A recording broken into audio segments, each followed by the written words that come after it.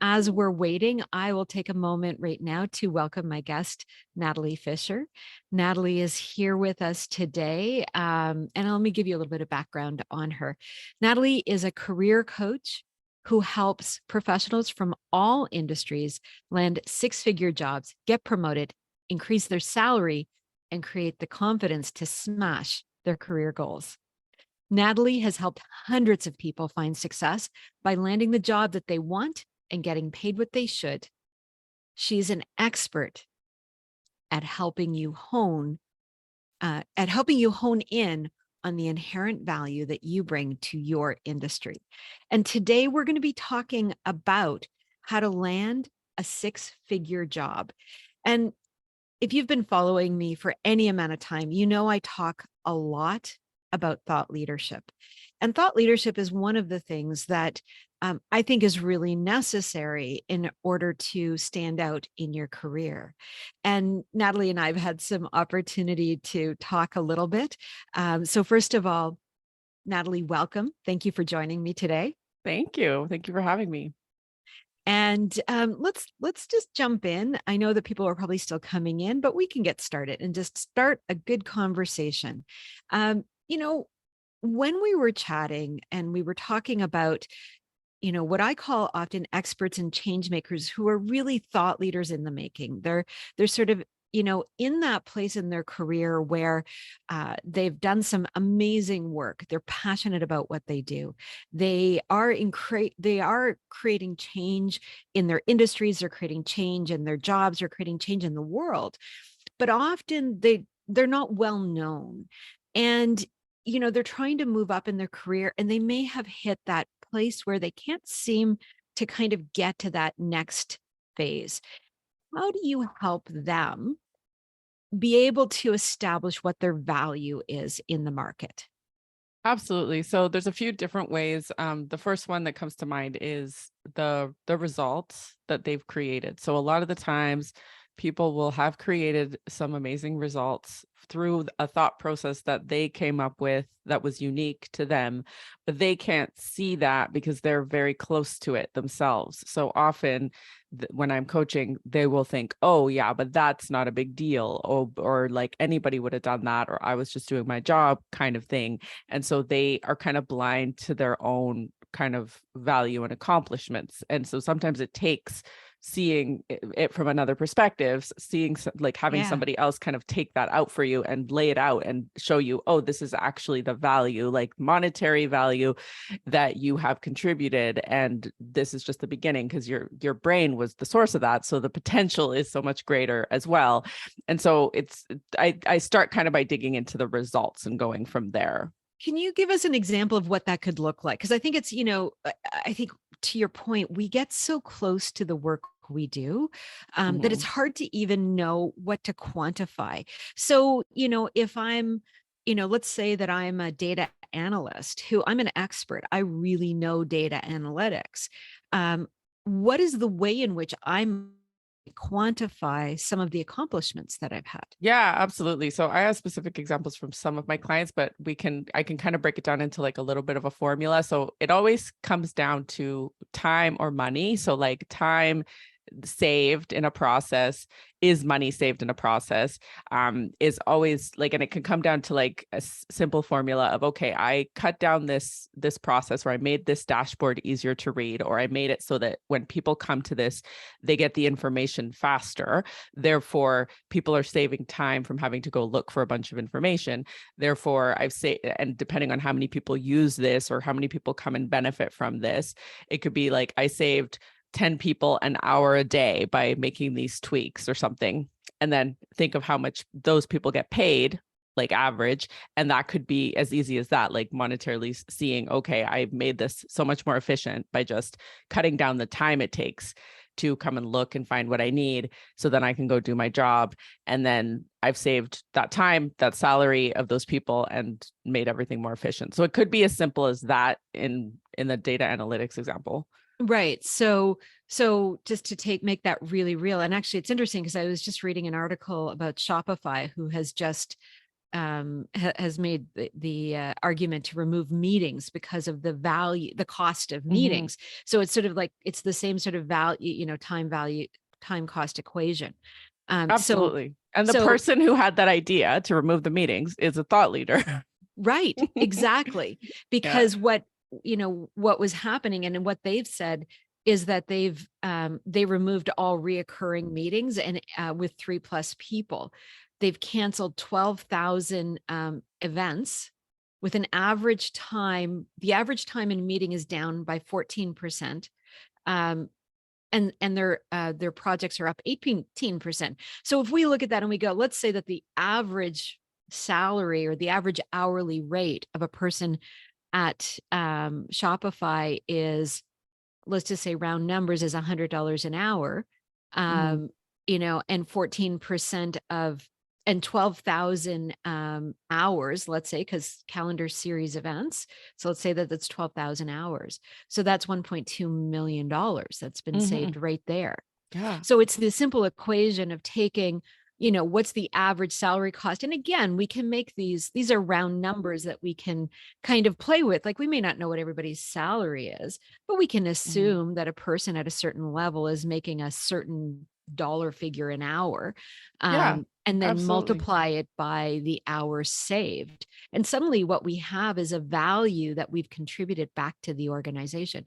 Now, why is that important? Help us to understand what that does in a conversation where you're either trying to get promoted or trying to get hired. Yeah, so it kind of shows the person you're talking to that you have more than paid for yourself or more than paid for what you're asking for. So the way I kind of like to see it is if you're going to ask for a raise or going to ask for promotion or negotiating a salary, it's like saying, okay, here's your pie. This is how I want to make your pie bigger. And then I'm just going to ask for a bigger slice. So to put it in really simple terms, because if somebody can show that, they're like, and there's organizations who are open to this and some that are not so much. So I teach people to kind of position themselves to with organizations who want that, like they're eager to have people come in and say, I have some ideas, they can save us time, they can save us money, here's what I've got. And then that conversation happens, and then that's probably how the meetings got taken off the calendar, right? Like somebody had that idea and they came and they sold that idea, and now look at all the benefit that's happening, right?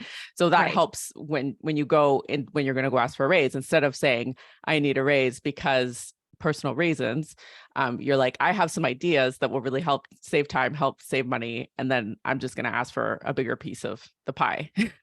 Right. Right. They sold that the benefit that's happening, right? So that helps when you go in, when you're going to go ask. Oh, I can hear myself. I need a rig. Are we still on? I think we just had a little glitch there. Sorry. Can you hear me? Yeah, I think we're back to normal now. I heard it too. Okay. Okay. Good. Um, so you were saying, so it's the way, so not all companies are going to be open to this, but many are. Many are. Yeah, and I think the ones that are like, I've worked for several that are, and like I've had a lot of clients who have negotiated with some that are just not, and then and I think that those companies eventually are going, like they're going to lose, right? So if they don't end up giving the person the raise who's clearly contributed way more than what they're being paid, that person's going to go somewhere else, and then they're going to have to pay to replace that person, and like their costs are going to end up being way greater. And Right. it's too bad because some companies are just not there yet, they don't see it. But I think that's where we're headed. That's the direction. And that's what I teach people to do, is just positioning yourselves with those companies. And you'll be able to tell really soon in a conversation whether or not they're flexible to that, whether or not they're open to that, whether or not they want that, or if they're just like, nope, sorry, it's 2% a year. I don't care what you do. It's a Right. 2% increase a year. And that's it. That's just how we do things, how we always have. Like you can Right. tell and you can be like, okay, not for me. Thanks. Right. Well, and that's good. That's good knowledge. Mhm. Um, and so the value piece. So one is, how do you value your knowledge? The second is, how do I see my own inherent knowledge or value? Like, because Mhm. there's always the challenge, like, yes, we can put a dollar figure on hours, but I need to believe that too, right? So, Yeah. so talk to me about that when you're working with your clients.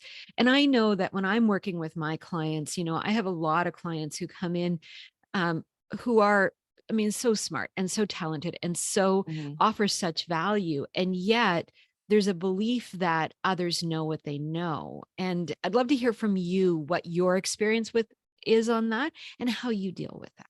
Yeah. So like you're asking, how do you get someone to believe in themselves when they don't, or when they just think it's normal? Yeah, Um, like, because I think a lot of times, like, we think everybody knows what we know. mhm. Yeah, exactly. So breaking it down into that monetary way has been a big step for my clients. Like oftentimes they can see it when it's broken down that way. It's like, oh, okay, I had that idea. And so often I'll walk them through some questions. I'll be like, well, how did you come up with that? Why did you come up with that? Why do you think you thought of that and somebody else didn't? What would have happened if you were not there? And then oftentimes they start to kind of put the pieces together and Yeah. say, like, it's undeniable. It's like, okay, yes, I did something. It was because of my thought process. It was because of my unique Right. way of thinking. It was because of my experience in the past, or even, my unique experience growing up that allowed me to have this idea or to communicate it this way.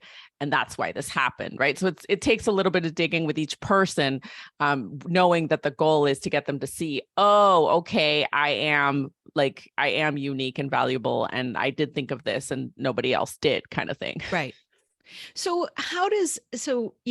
let's say that I'm sort of a thought leader in the making. I'm learning how to convey my value. I'm learning how to establish my own sense of self and perspective on my value.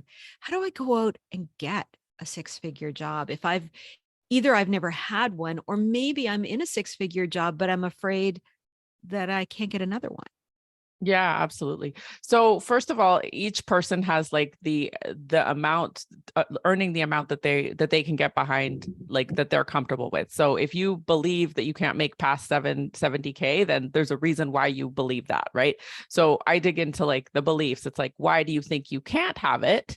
What are those reasons, right? And so the reasons that might come up, for example, might be like, well, right now it's the economy, or I haven't had it before, or it looks like I can see around, and people, like the people around me, seem to be struggling, so I don't know why I would be able to. Or there's like normally there's always going to be a reason why they believe they can't have it. And Mhm. then it's up to me, up to the me as a coach, is my job to kind of untangle that reason and be like, okay, what are those reasons? Or it could be like, I think that getting it is going to mean that I have to work so hard that I'm not going to have any social life, or I'm not going to have any flexibility anymore. So part of them doesn't really want it. So it could be one of those two things, that there's either an incongruency or something that's stopping them from really believing that they can have it. So I normally untangle those things, and then it's kind of like bulldozing the way. So you're like, oh, okay. And then you can Yeah. you can move forward, and it clears the way so you can actually go get it. And so what do they do though? Do they go out? Do they work? Do you find it for them? Did they find Oh, it? like Where do they actual go? action steps. Yeah, what are they doing to Mhm. find those jobs? Yeah. So the strategy is actually less important, I find. I've had clients who have done it all different ways. So LinkedIn is a huge thing. Applying doesn't work so much, especially recently. I found it gets more crowded. It gets more people are applying on the easy apply. So the strategy, I find, is so much less important than what we were just talking about. So Right. the belief, and then clearing the reasons why you can't have it, clearing up Right. incongruencies, and that, like, that's so much more important. And then the strategy can be anything. It could be networking on LinkedIn. It could be finding Slack groups in your industry. It could be finding LinkedIn groups, connecting with people, in-person networking events, Toastmasters, Chamber of Commerce. So I like to provide all the strategies that I know have worked and that have been used by people. But from my experience of coaching hundreds of people, it really just doesn't, like, people do it their own way, and whatever's Right. aligned, whatever they like. Like someone might love in-person networking and someone might not. And so it's like you find the strategy that you want to do, and then you go from there. But when you have that solid belief, and you know what your worth is, and you understand all that stuff, and like your mindset is all aligned, then the strategy is a lot easier to Right. make work. And I think what we're really talking about, and it's something I talk about a lot, which is, I mean, first of all, finding your value is kind of the same as what we do around discovering your idea. What is your core thought leadership? What is the basis of who you are? Now, the value in your world is also quantifiable. And so when I look at ideas, I'll say to somebody, what is your core idea? And of course, that's a big question Mhm. because it's not like we sort of sit around thinking about what is it that makes us tick, and what is it that we bring to everything we do. But that's actually the work that I do with my clients. And once we've established that core idea, um, it's really helpful for them because now everything they do is actually, and everything they talk about it comes from a foundation of that core idea. Do you see that as being, is that something that you talk to your clients about? Like, what is their why? What is the underpinning of who they are in their industry, their unique perspective, and the reason why they do it? Are those things that you talk about? And is it something that's helpful in finding Yeah, absolutely. I think it's definitely crucial to have kind of that thing that you can always go back to. Like, for example, if like your principles, and sometimes I talk about that in my advanced mastermind with like their leadership style or how they want to lead, like who you want to be kind of thing. And I think like what you're talking about is so crucial to be able to have. It's kind of like solidifying the strategy, right? It's like right? everything we've talked about, and then it can be solidified by just having this core idea and being like, this is where I can speak from. This is the place I can always go back to. This is the place I have confidence in about myself. This is who I am, kind of thing. So I definitely think it's really helpful and really crucial to like solidifying any kind of next move, any kind of advancement, any kind of next goal. Right. Right. And so then, what I heard you talking about was the fact that so once we've got that core idea, and you talked about places that you can go and find it, places like LinkedIn, places like networking. But really, I think one of the things I would imagine is you need to be able to stand out, and you need to be able to communicate quickly your value. And so your personal brand must play a lot into getting a job. Is that true? Yeah, absolutely. I would say that like communicating quickly is huge, because I always say it's like people don't hire the best person, they hire the one that they can understand and get on the same Right. page with the fastest. So I think that core idea is definitely something that helps you to do that. And kind of like because we're both active LinkedIn users and contributors, it's like that headline, right? It's like Right. when your headline is super clear and concise, people know right away, yes, I'm interested in that, or no, that's not for me, or I know somebody who is, right? It's like very quickly you can identify. Yeah, and that's, we have something, and actually one of the things that we're offering as a gift to our listeners today is a little tool that we call the elevator pitch. And I think we all are kind of familiar with an elevator pitch. We've all heard that Mhm. term. But I don't know that any of us, unless you've been taught how to do one, know actually how to craft an elevator pitch. And for those people who maybe have never heard that term, basically what the idea is to be able to introduce yourself in the time it takes to go from the first floor to the fifth floor, which is usually anywhere from 20 to 40 seconds. And so can you create enough of an engagement with somebody in that period of time that they want to know more? Because that's Yeah. the key of an elevator pitch.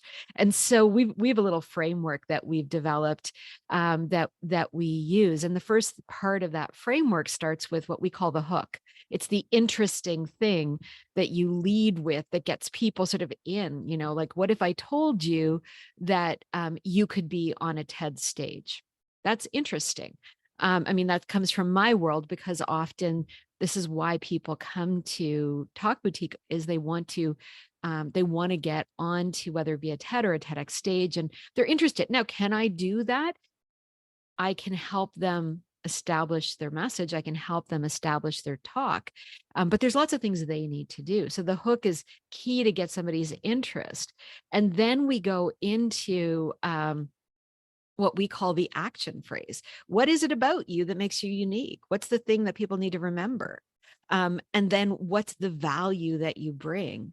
And then what's the impact you've had on those you've helped? And those four little questions answered quickly in succession become the way that we can get people in. So when you hear that, I know I'm probably telling you this for the first time, because it sort of just occurred to me the other day as we were preparing for this, that hey, that's a great little tool we could use. Is that Mhm. something that you talk to your clients about, having that elevator pitch and knowing how to use it? Yeah, so it shows up for my clients a lot in the tell me about yourself answer to the interview Yeah. question. So that's something that people come a lot to and they're like, I don't know how to answer that because there's so many different ways to answer it. So I think that what you're describing kind of perfectly fits into that, and it uniquely characterizes like a little bit about them and like the 4 points that you had. And I think like you're a really good example of having your like the best elevator pitch like in your LinkedIn headline. Because it like if you were to say that to someone in an elevator, they would immediately know like, okay, I'm like, I want to know more about this. Oh, that's Yeah. intriguing. Oh, like all the things that you said. So Yeah. definitely, And yeah, for those having of you who that. don't know, my headline says that I transform experts and change makers into thought leaders by helping them to become storytellers, and that I've got hundreds of successes globally. And that's, Mhm. and I use that. I actually do use that all the time when people ask me what I do. That's how Mhm. I describe myself. And it always gets a tell me more, Yeah. because Yeah. there are some things in there that are intriguing. Hmm. Certainly the storytelling piece, the experts and change makers. So I'm talking about who my audience is. Here's who, if you're this and you want to be that, and you want to learn this thing, I'm the person for you. Uh, Exactly. And and it also does a good job of repelling the people who are not for you, that's it. right? Or not interested. So That's that it it. does a really good job of both. And do you have tools that you use with your clients to help them? So for the tell me about yourself answer, I have one that's kind of similar to what you talked about, but it's a little bit more like it's a little bit more like a little bit more fun and works in a little bit more of their personality, because what people want to see for that question is they don't want to see necessarily everything that's on the resume. And Of most of the time course. people will start talking about like, oh, this is, and then and I actually had this aha moment when in an interview once when I started answering the question and the guy said, can you tell us something that's not on your resume? Right. Right. Well, and So that's important, right? Like we mhm. want your personality to shine through. Yeah, exactly. So I often like I'll have a little back and forth with my client and I'll pick out something that's like really important to them or really unique about them. So one example was um somebody who he wanted to apply for an executive position and he was just kind of spouting off like buzzword terms, right? Like, oh, I'm very like I've worked on all these projects, I've helped with this. It's all, and it was all stuff on his resume. And then if I was just asking like who you are, what it's like, what are some of the things you're most proud of in your personal life, even like just kind of to dig around to see how this person is different. Like when someone's going to work with this person, how is he going to be different? Because they could be like everyone on the resume has the same basic credentials, right? They're all qualified, they all have the same surface capabilities, right? And so what, like I always get the best things that come out. So for this particular person I'm talking about, he was really proud of like homeschooling his sons and mentoring them, and now they're like really successful. And so I was like, oh, and is that something that you love to do in your work too, is mentor and share Right. your knowledge with others? And so like came out that that was such a big piece of what he is and who he is, and that's unique, right? That's super unique. Right. Not everybody's going to have that stance. So I was like, that's like an important pillar of his Yeah. personality that he needs to communicate, that is so much Yeah. more meaningful and connective than, oh, I've worked on all these projects and I've managed millions of dollar budgets and I've created these specific results. And it's like, yeah, that's great, but it's like that stuff that's on your resume. That Right. stuff that's And that and I would yeah. call that, I mean, in ours, I would call that part of what's your unique value, right? Like that's the Hmm. value you bring. That's unique to you. Hmm. And certainly when in some of the clients that I've worked with, I work with so many very complex, like people who have very complex topics. And what I always find so interesting about so many of them, especially those who are in, whether scientists or academia, and they'll often say, oh, I'm not creative, except, I play in a band on the weekend. Well, that's interesting. Right. Hmm. I have one client actually who we just finished a talk, and she's in the area of pharmaceuticals and works in that world, speaks in that world a lot, but she's also a classical musician. And we just did a talk where we combined her topic, and music, and it was actually about the healing power of music. And so we had her on stage giving an academic talk, but playing her guitar. And Wow. so it was a beautiful way of marrying those two things. So if she was doing an elevator pitch, that might be part of it, is that she teaches through the power of music. She teaches Hmm. science through the power of music. Um, Yeah, that make me you want to know, learn more.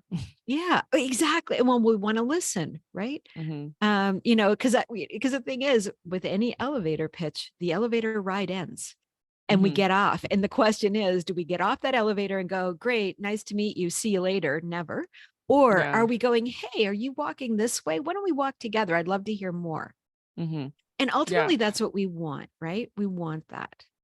Yeah, absolutely. So, coming back to landing that six-figure job, we're almost up on time. We've got about 3 minutes left. So tell me, um, what are the top three things that you would say to somebody who's listening today who might have some questions of like, where do I start? What do I do? What are the top three things that you tell them so they can move into that role of getting that six-figure job or retaining that six-figure job or bettering that six-figure job?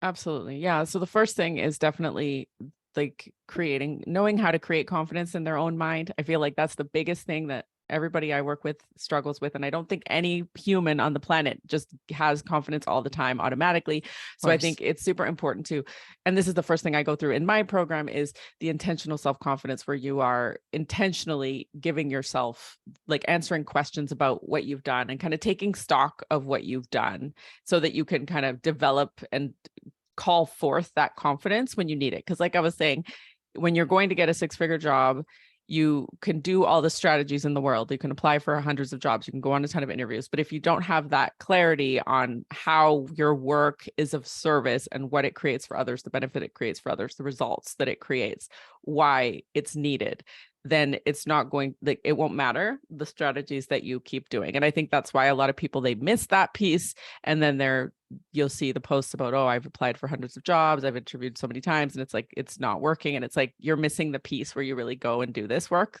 what we've Right. discussed. So I would say that's the number one thing. And the number one thing that my clients tell me was the biggest, where they got the biggest breakthroughs was like, oh, I really just didn't even do that. Yeah. They didn't know Yeah. how to do it. Right. What's your like what's your favorite story about a client you've helped that you saw that transition? Hmm. Yeah. Um, I would say so. I had one client who she was in environmental sciences, and her she was very hung up on her past job and how she'd made some mistakes. She framed them as like mistakes, and she was making those mistakes mean like, oh, I'm not going to be trusted again. I'm really new. I'm not able to like they made a mistake trusting me with this project because I messed it up and blah blah blah.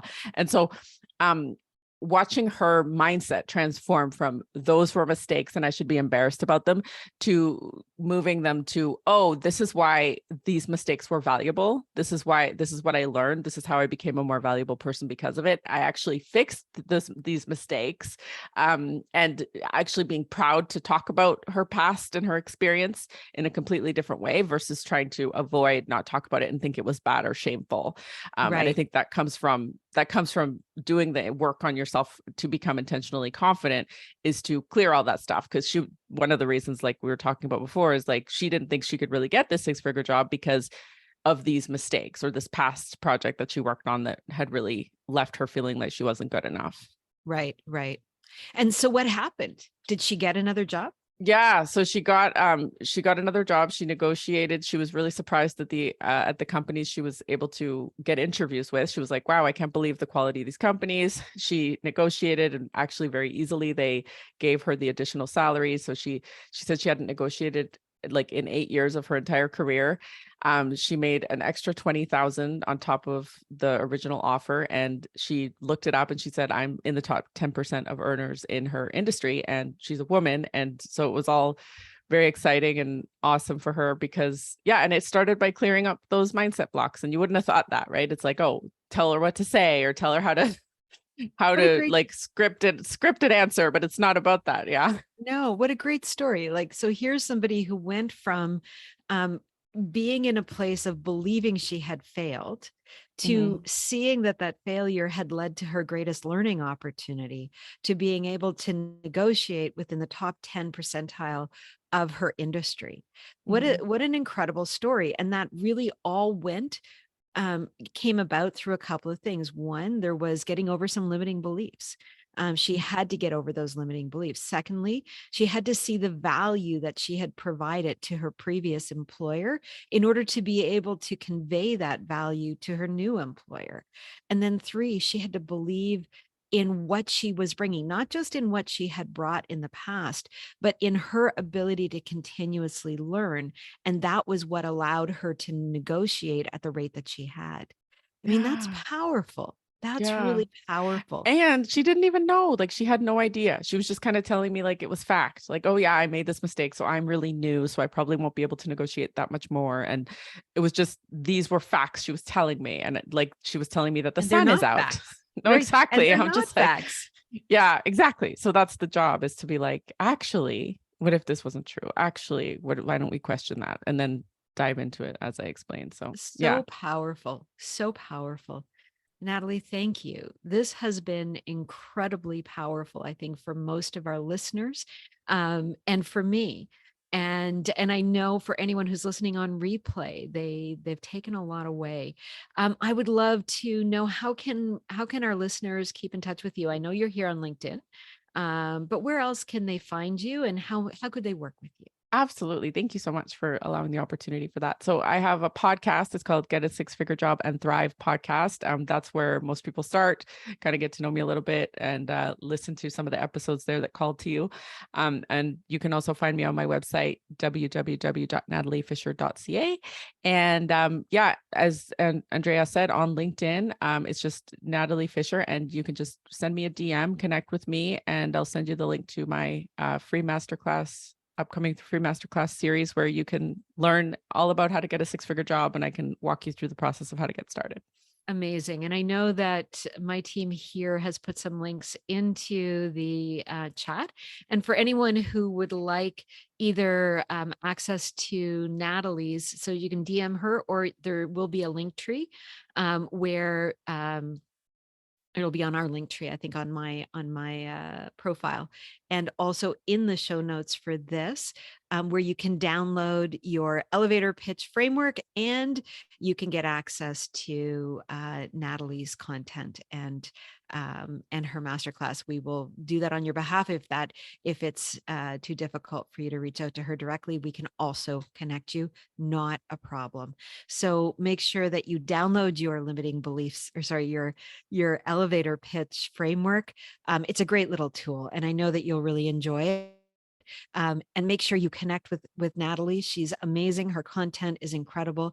Every day she's putting out some really great things, and make sure to attend her upcoming masterclass and listen to her podcast. Thank you all for joining us today. I have really enjoyed this conversation. Thank you, Natalie. And we will see you in a couple of weeks. I'm not sure who my next guest is, but watch LinkedIn and you will see that pop up probably next week. Take care. Have a wonderful weekend, everyone. Thank you so much.